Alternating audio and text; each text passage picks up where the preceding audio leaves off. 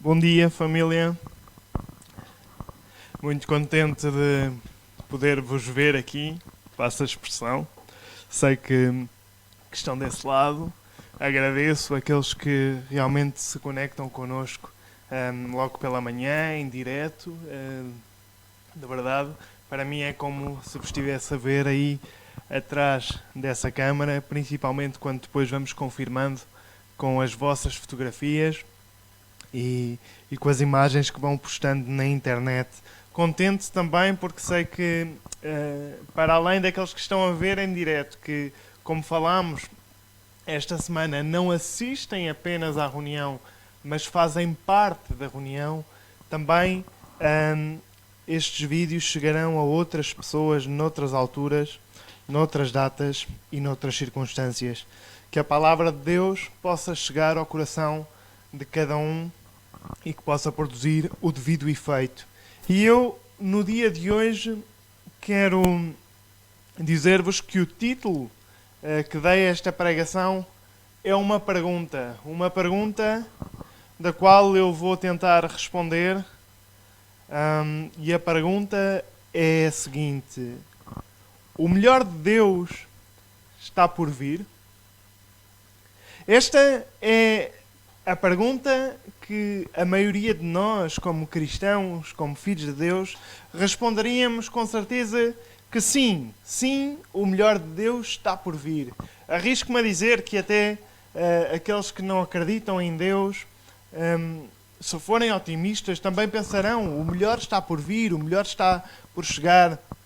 Aliás, esta tem sido uma frase no nosso meio cristão, utilizada com grande frequência, como se fosse uma bandeira. O melhor de Deus está por vir. Mas aquilo que eu tenho para vos dizer esta manhã é: será que, dadas as circunstâncias que estão a acontecer atualmente na Terra, podemos esperar efetivamente melhorias? Será que o melhor de Deus está mesmo por vir? Ou melhores tempos virão? Neste momento, não são boas as perspectivas para o futuro. Os economistas tentam com cautela não nos alarmar, os hospitais da mesma forma, mas as perspectivas para o futuro não são muito alentadoras.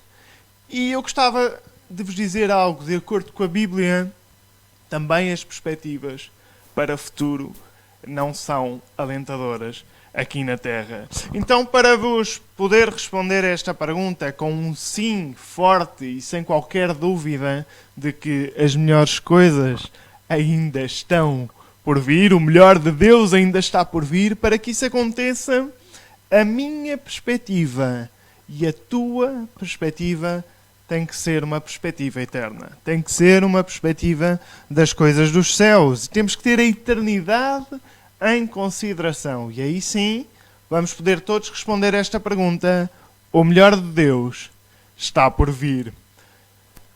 Na verdade, hoje vamos começar pelas más notícias. E depois irei terminar com boas notícias, para que não pensem que o Fábio é o profeta da desgraça, e para que também possam sair daqui exortados, animados, e que a fé em Jesus Cristo esteja cada vez mais firmes em vocês. Eu vou-vos convidar a que possam abrir as vossas Bíblias e também irem apontando estes versículos nos vossos cadernos, uma vez que vou expor alguns esta manhã.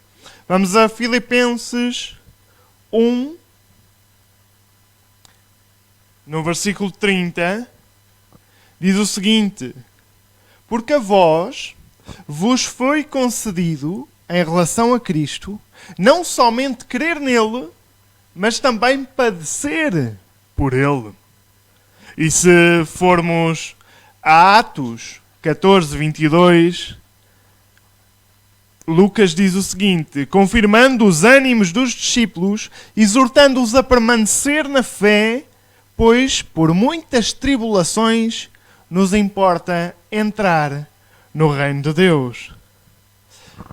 Crer em Jesus Cristo não nos fará isentos de dor ou sofrimento nesta terra, nesta vida. Ele próprio nos disse: no mundo tereis aflições, mas tem bom ânimo, eu venci o mundo.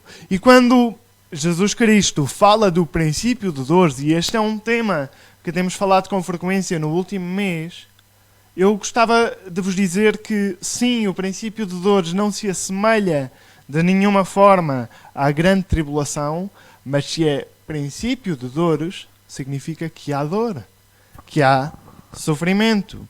E mesmo que não estivéssemos a passar por esta situação, ninguém pode negar que todos estamos sujeitos às coisas da vida, que toda a gente está, independentemente de acreditarmos em Cristo ou não. Portanto, com respeito a Cristo, em relação a Cristo, não nos é apenas concedido crer nele, é-nos concedido também sofrer por ele, sofrer para entrar no reino dos céus, através de muitas tribulações. E temos que permanecer firmes na fé. E eu mais à frente vou-vos explicar a razão porque é que estou preocupado em partilhar esta palavra. Porque, efetivamente, podemos ter achado que vir a Cristo era solucionar todos os nossos problemas aqui na Terra, de que não teríamos dor, de que não teríamos sofrimento, de que teríamos uma super fé. E a palavra de Deus não nos mostra que é assim. Se formos a Romanos 8, versículo 14, vamos ler até ao 25, diz o seguinte: e se nós somos filhos, somos logo herdeiros também, herdeiros de Deus e co-herdeiros de Cristo. E se é certo que com Ele padecemos, para que também sejamos glorificados. Porque para mim tenho por certo que as aflições deste presente tempo não são para comparar com a glória que em nós há de ser revelada. Os que cremos nele, os que somos seus filhos, e portanto somos co-herdeiros do reino de Deus, co-herdeiros de Jesus Cristo, teremos acesso ao seu reino se é certo que com ele padecemos. Se é certo que com ele sofremos. Se é certo que assim como Cristo sofreu, nós também sofremos. Nada do que padecemos neste tempo ou nesta terra tem qualquer comparação com a glória do futuro. E isto deve-nos levar a pensar uma coisa. O sofrimento é certo, é seguro, as aflições virão, as tribulações virão, as provas virão, as tentações virão, mas são por pouco tempo. E em nada tem comparação com a nossa esperança, com a glória da vida eterna, com Jesus Cristo. Isto nos devia dar ânimo para suportar todas estas coisas pelas quais vamos passar ou já passamos, porque ninguém pode ignorar que em Cristo há aflições, que em Cristo há tribulações e que em Cristo há provas. E não quero que ignoremos isto, família, tenhamos ânimo, porque de verdade quando lemos o Evangelho, quando lemos as experiências dos homens e mulheres com Deus, vemos que eles eram munidos de uma qualidade impressionante, que era a resiliência, a capacidade que tinham para suportar períodos de dor, de tensão, de dificuldade, sempre com os olhos postos em Cristo, sempre com uma vontade e uma fé inabaláveis, firmes na esperança verdadeira da glória que está por vir. E em 2 Timóteo 2,12 diz o seguinte: se sofremos, também com ele reinaremos. Se o negarmos, também ele nos negará. Com respeito a se o negarmos, ele também nos negará, Jesus Cristo diz em Mateus o oposto. Diz que se o confessarmos perante os homens, ele nos confessará perante Deus. Portanto, esta parte é clara. Se nós temos a nossa fé em Cristo e se não o negamos, ele também não nos negará. Contudo, Timóteo, ou Paulo diz aqui a Timóteo, novamente, se sofremos, reinaremos. Tenho que experimentar o sofrimento para ter a vida eterna? Será que esta mensagem que eu estou a tentar transmitir tem sentido? Eu não quero que ninguém pense que existe algum tipo de mérito ou até de glória no sofrimento em si ou nas aflições em si, porque não existe. A autoflagelação, que é causarmos dano físico a nós próprios, não tem qualquer utilidade para o reino de Deus. Não tem qualquer proveito. Não é disto que eu estou a falar. Eu não estou a falar de sofrimento gratuito, de sofrimento causado. Não, porque se esse fosse o caso, eu estaria a dizer que pelos meus méritos, pelo aquilo que eu consigo padecer, pelo aquilo que eu consigo aguentar, seria merecedor do reino de Deus. Não é deste sofrimento que eu estou a falar, família. Na verdade, nós não temos que sofrer, mas sofremos. Nós não temos que padecer, mas padecemos. Nós não temos que passar por tentações, mas somos tentados. E é isto que eu quero que fique claro, para que neste tempo nós não estejamos a cair no lado oposto, de que porque temos Cristo nada nos acontece, que não seremos afligidos, que não ficaremos doentes. Essa não é a fé que está escrita na nossa Bíblia. Vemos que Paulo tinha enfermidades. Timóteo era cheio de enfermidades. O Paulo até lhe aconselhou a beber um pouco de vinho e não apenas água por causa dos seus males no estômago. E na verdade eu creio que isto não é novidade para ninguém. Os cristãos também ficamos doentes. Os cristãos também morrem. E não morrem apenas daquelas mortes que todos dizem que gostariam de ter. Deitar-me na minha cama, fechar os meus olhos e ir para os braços de Jesus. Os cristãos também morrem de doenças, também têm cancros. Não é preciso estarem a pensar no Covid, no Corona, neste tempo. Pensem para trás. Porque esta situação não mudou rigorosamente nada no que diz respeito à fragilidade da vida do homem, à fragilidade da vida da mulher. Não mudou sobre nenhuma circunstância. Todos nós já passávamos por doenças, por enfermidades, por dificuldades. Todos sofríamos. E se sofríamos pelo Evangelho, sofríamos com uma atitude da fé, da esperança. A razão pela qual eu falo nisto esta manhã é porque quero que estejas preparado. Preparado para qualquer circunstância, para qualquer situação. E que isso não afeta a tua fé. Que tu possas permanecer firme na fé em Jesus Cristo, independentemente da circunstância que estejamos a passar. Que tu saibas que o sofrimento e as dificuldades fazem parte desta vida, mas são por pouco tempo. A glória do Senhor está próxima. E essa será a boa notícia que eu vos vou transmitir. Mas não posso deixar de vos alertar. O sofrimento é real. E há recompensa para aqueles que ainda no sofrimento e na dificuldade creem em Cristo. Não blasfemam contra Deus, não murmuram contra Deus, como partilhámos há 15 dias atrás. Permanecem firmes. Assim como foi o exemplo de Jó. Aconteceu-lhe o que lhe aconteceu. Enfermidades, ficou sem os filhos, ficou sem a casa. Mas a sua boca nunca se voltou contra Deus. E eu acho necessário ouvirmos estas palavras, família. Porque talvez estejamos a pensar, como eu creio em Deus, nada me irá acontecer. Como eu creio em Deus, não passarei por dificuldades financeiras. Não terei que lutar pelos meus negócios. Não será assim. Podes ter a certeza que Deus fará a distinção entre os filhos dele e os outros. Mas ainda assim, seremos provados, seremos tentados e passaremos por dificuldades. E com respeito a este tema, o apóstolo Pedro diz algo muito interessante na sua primeira carta, no capítulo 4, desde o versículo 12.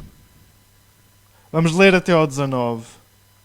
Diz: Amados, não estranheis a ardente prova que vem sobre vós, para vos tentar, como se coisa estranha estivesse a acontecer. Mas alegrai-vos no facto de seres participantes das aflições de Cristo, que também, na revelação da sua glória, vos regozijareis e alegrareis. Se pelo nome de Cristo sois vituperados, bem-aventurados sois, porque sobre vós repousa o Espírito da glória e de Deus. Quanto a eles, é ele sim blasfemado, mas quanto a vós, é glorificado. O Pedro diz aqui à sua igreja, à sua congregação, aos seus irmãos: não estranheis a ardente prova, porque ao sermos participantes das aflições de Cristo, também seremos participantes da sua glória. Recorda o que diz em Timóteo: se sofremos, com ele reinaremos com ele. Bem-aventurados os que são vituperados, os que sofrem grandes tareias, os que sofrem perseguições por causa de Cristo. Bem-aventurados. Bom, Fábio, estarás tu a perguntar, este texto não é nada motivador. Esta pregação não me motiva para nada. E vou ser muito sincero, quando meditava sobre este tema, também pensava o mesmo. E orava a Deus e dizia: Deus, mostra-me algo que seja motivador, ou que pelo menos não me faça parecer alguém que apenas se deleita na desgraça, porque não é esse o intuito que eu quero passar esta manhã. Eu só quero que, como igreja, como filhos de Deus, estejamos bem preparados para tudo o que vem, com coronavírus ou sem coronavírus, porque isto passará. Mas enquanto tu permaneces nesta terra, continuarás a ter provações, tribulações e dificuldades nesta vida. Bem-aventurados estes que passam por todas estas coisas. Sabes o que significa a palavra bem-aventurado? 3 vezes feliz. Uma felicidade extrema, um gozo inexplicável. E eu, para apoiar esta pregação nada motivadora, vou pegar no discurso do próprio Deus enquanto esteve nesta terra. No discurso de Jesus Cristo na montanha, que alguns conhecemos esse discurso, essa pregação, por bem-aventuranças, ou o Sermão da Montanha. Ele está descrito em Mateus e descrito em Lucas, embora em Mateus esteja descrito com maior detalhe. Diz o seguinte, eu vou parafrasear, vocês podem ir seguindo nas vossas Bíblias. Ora, os bem-aventurados que Jesus Cristo fala são os pobres de espírito, que diz que deles é o reino dos céus. São aqueles que choram, porque serão consolados. Os mansos, que herdarão a terra. Os que têm fome e sede de justiça. Os limpos de coração. Os pacificadores. Os misericordiosos. Os perseguidos. Ora, bem-aventurados, diz Jesus Cristo no início da sua pregação, são os pobres de espírito. E os que choram. Então, se choram, passam por dificuldades, por sofrimentos. Aqueles que são mansos perante a injustiça, perante a calúnia. Os que têm fome e sede de justiça. E se têm fome e sede de justiça, é porque não há justiça. Então, este tipo de pessoas são aqueles que Jesus Cristo diz: bem-aventurados. Conseguem perceber a semelhança com o sofrimento, com as provações, com as dificuldades? Os pacificadores, porque teremos que ser nós, no meio das guerras, no meio das dificuldades, no meio das discussões, a trazer a paz. Os perseguidos. E aqui está claro o sofrimento. Estes são aqueles que Deus diz que serão bem-aventurados. São aqueles que Deus diz que deles é o reino dos céus, que serão consolados, que herdarão a terra, que serão saciados, que verão Deus, porque têm o coração limpo, que são os filhos de Deus. Diz a respeito dos pacificadores. Então, quando eu digo estas palavras que podem não parecer muito motivadoras, de que terás sofrimento, ainda que caminhes com Jesus Cristo. Eu sei que isto foi o que Cristo nos disse constantemente quando pregava. No mundo tereis aflições. Aqui passarás por provas, aqui vais chorar, aqui vai-te doer. Vão morrer os teus entes queridos. Tu um dia irás morrer e os teus filhos vão chorar. A vida, nesse sentido, é igual para todos, porque há uma carne que é comum a todos. Contudo, nós temos a esperança da vida eterna e podemos dizer com clareza: o melhor de Deus está por vir na eternidade. Continuamos em Pedro e dizem os seguintes versículos: que nenhum de vós padeça como homicida, ou ladrão, ou malfeitor, ou como se entrasse em negócios alheios. Mas se padece como cristão, não se envergonhe, antes glorifica Deus nesta parte, porque já é tempo que comece o julgamento pela casa de Deus. E se primeiro começa por nós, qual será o fim daqueles que são desobedientes ao Evangelho de Deus? E se o justo apenas se salva, onde aparecerá o ímpio e o pecador? Portanto, também os que padecem segundo a vontade de Deus encomendam-lhe as suas almas como ao fiel Criador, e fazem bem. Isto tem que ficar muito claro esta manhã.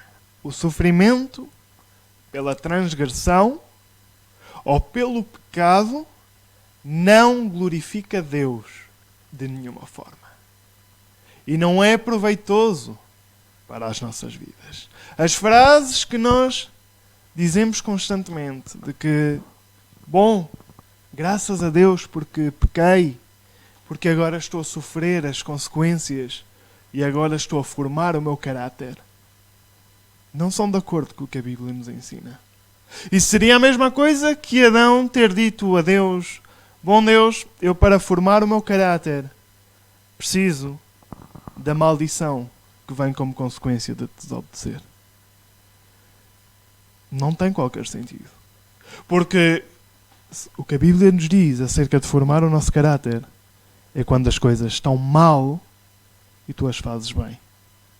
É quando há guerras e tu pacificas. É quando há injustiça e tu és justo. Não digas que tens que passar pelo pecado para sofrer, porque isso não glorifica a Deus.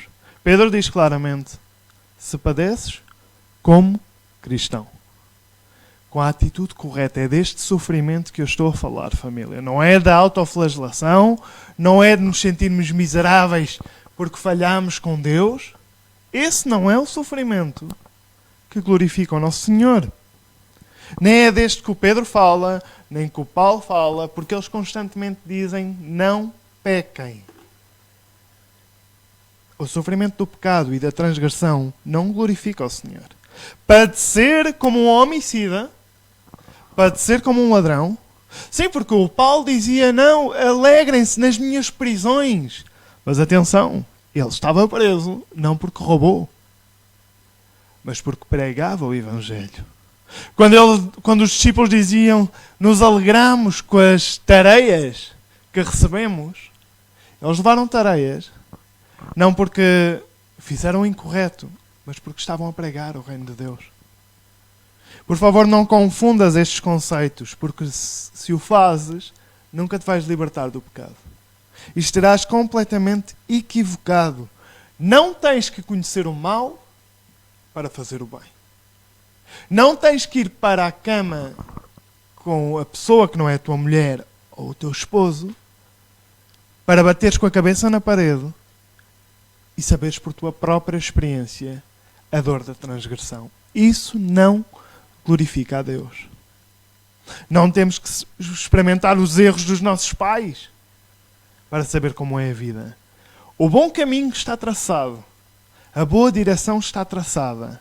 E quando nós sofremos nesse bom caminho, nessa boa direção, aí glorificamos a Deus. Quando sofremos como cristãos. O que é padecer como um cristão? Padecer como um cristão é ser manso, é ser misericordioso, é ser pacífico quando não o são contigo, é perdoar as ofensas, amar os inimigos e abençoar os inimigos, pagar o mal com bem. Isto é padecer como cristão.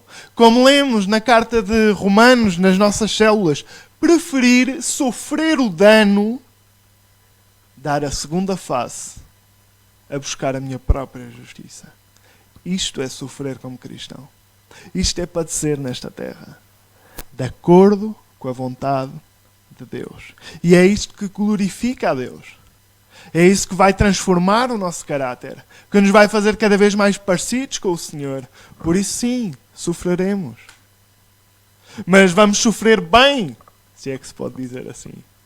Com a esperança certa, para que possamos aguentar, para que não nos voltemos contra o Senhor, para que possamos permanecer firmes até ao fim. E a pergunta que eu quero vos fazer esta manhã, e para que se respondam durante esta semana, é: este Evangelho do qual eu estou a falar é vivido por cada um de nós? O Evangelho de sofrer na carne as consequências de fazer a vontade de Deus, de seres manso, de seres misericordioso, de fazeres bem quando te fazem mal. Isto é sofrer. Isto é sofrer na carne. Isto é glorificar o Senhor com as nossas vidas. Vivemos de verdade aquilo que dizemos querer? Eu penso que nós podemos afirmar com certeza que queremos em alguma coisa quando de verdade fazemos aquilo que pensamos. Queremos em alguma coisa quando fazemos aquilo que pensamos. Não adianta de nenhuma forma tu dizeres: eu penso constantemente em orar. Eu penso constantemente em ler a Bíblia. Eu penso constantemente em perdoar os meus pais. Eu penso. Se tu não atuas dessa forma, não crês no que pensas. Eu penso constantemente em ser misericordioso. Se não és misericordioso, não crês. Vivemos o que dizemos querer? Recordem as palavras do Pedro: o julgamento começa pela casa de Deus. O julgamento começa pela igreja. E é isso que eu creio que estamos a experimentar nestes tempos. Porque, embora o mundo lá fora possa ter muitas teorias, muitas formas, na verdade eu creio que no final deste mês já se estarão a preparar até com força para poder sair à rua, para poder levantar outra vez os negócios, para poder voltar à vida na normalidade. Aquilo que eu tenho visto com os meus olhos e experimentado é que este tempo tem sido um tempo muito especial para a casa de Deus. Muito especial para os seus filhos. Temos aproveitado este tempo para orar mais, para interceder mais, para procurar mais a palavra de Deus, para viver este Evangelho que fala de um sofrimento por Cristo. O julgamento começa pela casa de Deus e o Pedro diz claramente: isso começa por nós e só o justo se salva, os outros não. Imaginem a vida dos outros. Recordo-vos outra vez, para que não desanimem. Todo o sofrimento é por pouco tempo, diz a palavra de Deus. Não temas. Não te baixes do barco. Nunca digas mal de Deus em nenhuma circunstância, porque Ele é glorificado em todas as coisas quando tu sabes sofrer o Evangelho. 2 Coríntios 4, 14 a 18, diz o seguinte: sabendo que o que ressuscitou o Senhor Jesus nos ressuscitará também por Jesus e nos apresentará connosco. Porque tudo isto é por amor de vós, para que a graça, multiplicada por meio de muitos, faça abundar a ação de graças para a glória de Deus. Por isso, não desfalecemos. Mas ainda que o nosso homem exterior se corrompa, o interior, contudo, se renova a cada dia, diz o Paulo. Porque a nossa leve e momentânea tribulação produz para nós um peso eterno de glória muito excelente, não atendendo nós para as coisas que se veem, mas para as coisas que não se veem. Porque as coisas que se veem são temporais e as coisas que não se veem são eternas. Sabemos que Cristo ressuscitou, que nos ressuscitará também com Ele, se é que cremos no poder do seu Evangelho, no seu feito naquela cruz. E por isso não desfalecemos. Por isso não desanimamos. Por isso não perdemos o foco, independentemente de qualquer circunstância, de qualquer vírus, de qualquer praga, de qualquer tormenta, de qualquer dificuldade económica, de qualquer circunstância externa, porque já sabemos que Jesus Cristo ressuscitou. Esse é o melhor de Deus que não está por vir, que já veio, e estamos seguros na melhor mensagem do planeta. Ele ressuscitou e nós vamos ressuscitar com Ele. Por isso não desfalecemos. Ainda que o corpo se deteriore. Ainda que o corpo sofra agravo, se corrompa, porque esse é o homem exterior. O homem interior se renova a cada dia quando temos a esperança nesta palavra de que Jesus Cristo ressuscitou e voltará por nós. Tem que estar as duas coisas interligadas. Porque tu só crês que Jesus Cristo ressuscitou e perdoou os teus pecados, mas não tens a esperança de que Ele voltará por nós, tu crês no Evangelho incompleto. E se não crês no ressuscitar dos mortos, na ressurreição, no rapto da igreja, tu nunca te vais empenhar na santificação, na limpeza dos teus pecados, e em cada vez estás mais puro e limpo para o Senhor. Crês no Evangelho incompleto. Diz Paulo, se Jesus Cristo não ressuscitou dos mortos, vã é a nossa fé. E nós ressuscitaremos também com Ele. Então o Paulo diz aqui a Coríntios, o Espírito se renova a cada dia. E isto é verdade? Tens renovado o teu Espírito cada dia? Agora que estamos num período mais fechado nas nossas casas, inventamos coisas para passar o tempo, para estar mais dinâmicos, para tentar de alguma forma permanecer em rotinas. E uma das coisas que eu vejo com grande frequência são exercícios físicos. São aulas de tudo e mais alguma coisa, os ginásios adaptaram-se e bem, não tenho nada contra o exercício físico, embora tenho que confessar perante os meus ouvintes que não seja um amante de desporto. Mas posso-vos dizer que ontem com a minha família também optámos por esticar um bocadinho as pernas e pela primeira vez joguei futebol com a minha esposa. Portanto, não tenho nada contra o exercício físico, mas o Paulo também diz que não é o mais importante. O mais importante não é exercitar-nos fisicamente, porque o homem corrompe-se, o homem exterior corrompe-se. E talvez tu tenhas grandes planos de treino aí em tua casa, que segues diariamente.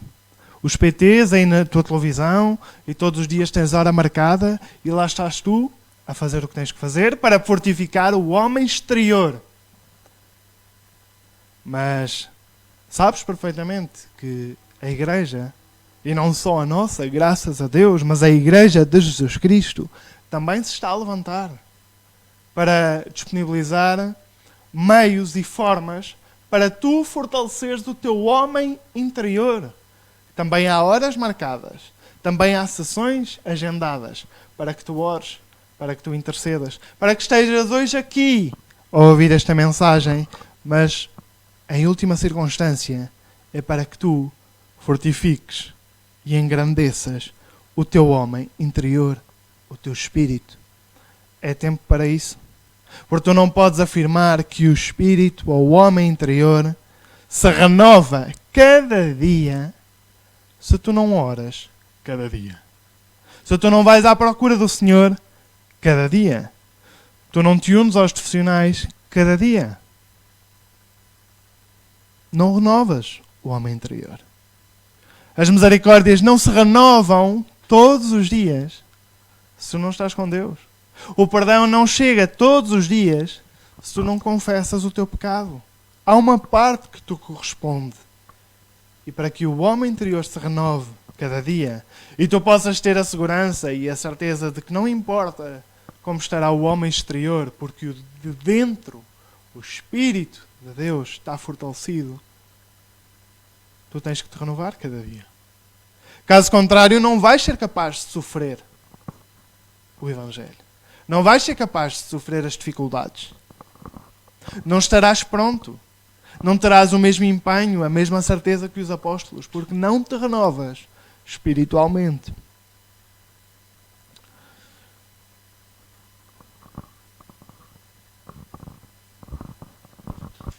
Só beber um bocado de água.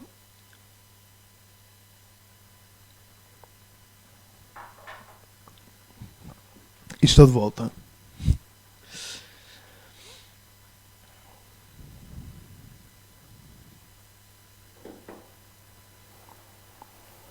Diz aqui em 2 Coríntios, como já lemos, a nossa tribulação é leve e é momentânea. Significa o princípio das dores. Significa que não vamos passar pela grande tribulação, porque a nossa tribulação é leve e a grande tribulação é pesada, é dura e é difícil. E é momentânea, família. Vamos sofrer por pouco tempo.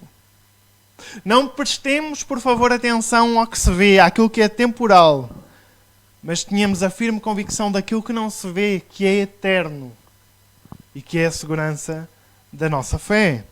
Se com Ele sofremos, com Ele reinaremos. E que exemplo temos nós disto? Temos o exemplo do próprio Deus. Jesus Cristo sofreu muito, mas por momentos. E depois foi exaltado sobre todo o nome, na terra, no céu e debaixo da terra. E assim será connosco. Sofreremos por pouco tempo. Se sofremos e padecemos como cristãos, e isso significa praticares o Evangelho, também seremos exaltados. Também reinaremos com Ele. Seremos participantes da sua glória. E a boa notícia é esta. Vamos a Apocalipse 5:10. E para o nosso Deus nos fizeste reis e sacerdotes, e reinaremos sobre a terra. E diz em Apocalipse 21:4. E Deus limpará dos seus olhos toda a lágrima, e não haverá mais morte, nem pranto, nem clamor, nem dor, porque já as primeiras coisas passaram. Aos que ouvem, creem e praticam o Evangelho de Jesus Cristo, espera-nos um reino sem dor, sem choro, sem morte. O reino eterno está à nossa espera. Aos que ouvem, creem e praticam o Evangelho, aos que sofrem com Ele, reinarão com Ele. Esta é a mensagem que eu tenho para vocês esta manhã. Permaneçam firmes. Não duvidem da segurança da salvação. Não duvidem daquilo que Cristo fez por nós na cruz. E quero terminar com esta palavra para a nossa igreja, para a nossa congregação e, portanto, para ti.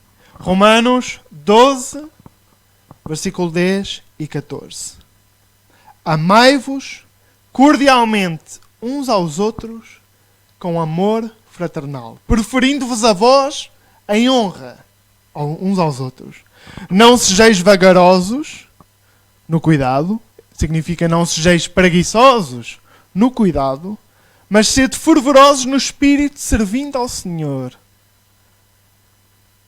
Alegrai-vos na esperança, sede pacientes na tribulação, alegrai-vos na esperança de que Jesus Cristo vem por cada um daqueles que recebeu o seu nome no seu coração.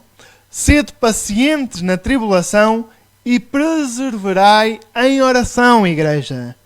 Comunicai com os santos nas suas necessidades, significa que os santos também terão necessidades e temos que estar a orar e a clamar e a interceder para poder fazer face a essas necessidades.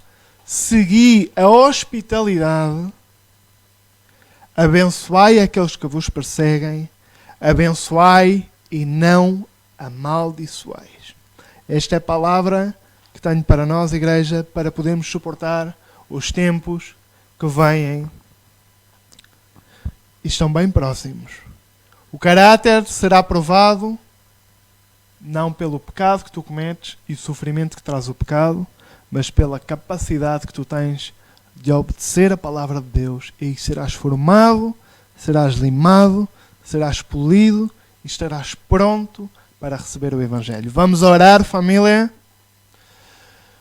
Deus, eu te dou graças pelo teu Evangelho, que é puro, que é simples, que é direto. Em nenhuma forma e de nenhuma forma nos enganaste, Jesus. Sempre disseste que nos convinha padecer nesta terra, mas sempre nos alentaste com ânimo, com segurança, de que seríamos vencedores contigo. Nada em ti nos escandaliza. Temos o melhor exemplo de todos. Tu que sofreste por todos e permaneceste sem pecado. Assim queremos ser nós. Saber sofrer a injustiça. Saber sofrer nesta terra como um cristão. E os outros olharão para nós e pensarão: como é possível que ele passe pelo que eu passo, mas tenha uma perspectiva diferente, tenha uma paz diferente, uma segurança diferente. Isso converterá os corações de muitos, porque verão que de alguma forma, ainda que passemos pelo mesmo, somos diferentes. Eu animo-te esta manhã a que fortifiques a tua fé, a que renoves o teu homem interior e possas sofrer com o gozo verdadeiro de que o Senhor está contigo e não te abandona. Estou firme em ti, porque fizeste tudo por mim, Senhor. Oh Pai, desperta a tua igreja das falsas doutrinas que se têm entrado pelas nossas mentes e corações, de que não há sofrimento em ti, de que não padecemos em ti, de que somos super-homens em ti. Não é verdade?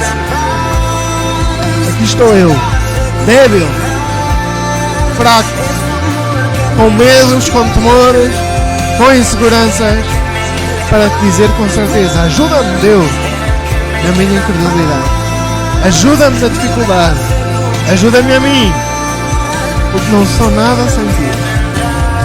Dou graças, Deus, porque foste um exemplo em tudo, e porque assim como padeceste, agora reinas, e não reinas apenas nos céus, reinas também nos nossos corações. Toda a glória e honra são para o meu Senhor.